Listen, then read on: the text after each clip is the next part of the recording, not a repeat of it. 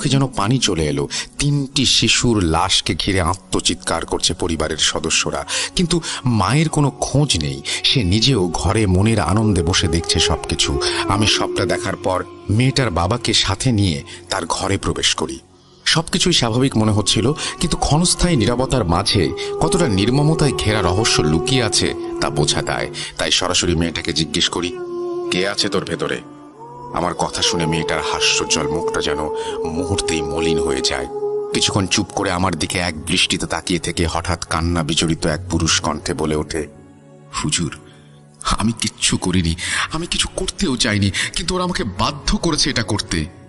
এটা শুনে আমি কিছুটা অবাক দৃষ্টিতে তার দিকে তাকিয়ে ভাবতে থাকি, এটা কিভাবে সম্ভব? মেয়েটার ওপর যে জিন ভর করেছে তাকে কিছু বলার আগেই সে নিজ থেকে সবটা বলে দিচ্ছে। কি হচ্ছে এসব? আমি আবার তাকে জিজ্ঞেস করি, কে তুই? কেন এসেছিস? মেয়েটার ক্ষতি করছিস কেন?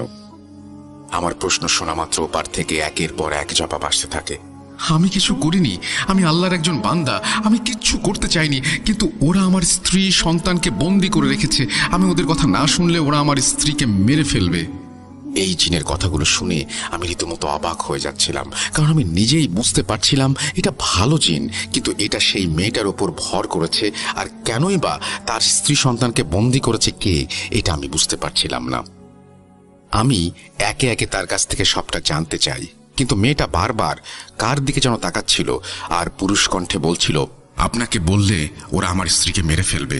আমি জানি না সে আদৌ বেঁচে আছে কিনা, কিন্তু আমি আপনাকে সবটা বলতে পারবো না। এবার ব্যাপারটা বিশ্বাস করতে সত্যি আমার খুব কষ্ট হচ্ছিল, কারণ আমি আমার এই কাজের মাঝে এতগুলো বছর অতিবাহিত করেছি, কিন্তু কখনো কাউকে দেখিনি যে নিজে থেকে সবটা বলে দিচ্ছে আর এতটা করুণ কণ্ঠে মিনতি করছে। সেই জন্য আমি মন থেকে ভাবছিলাম তাকে সাহায্য করার কথা।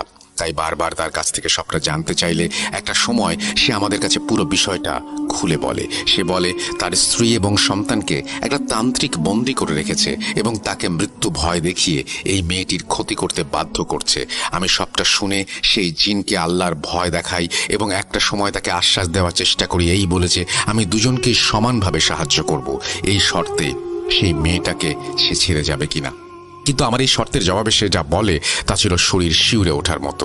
সে বলে, মেয়েটাকে না মেরে আমার পক্ষে এখান থেকে যাওয়া সম্ভব নয়। আমার মূল উদ্দেশ্য আমার পরিবারকে বাঁচানো, আর আমি ওকে না মারলে একের পর এক দুর্ঘটনা ওর সাথে ঘটতেই থাকবে। আপনি কোনোভাবে ওকে বাঁচাতে পারবেন না, কারণ আমি একা নই, আমার সাথে আরো দুজন আছে যারা ওকে মেরে ফেলেই ক্ষান্ত হবে। এরপরেই ঘটে সেই আশ্চর্যজনক ঘটনা।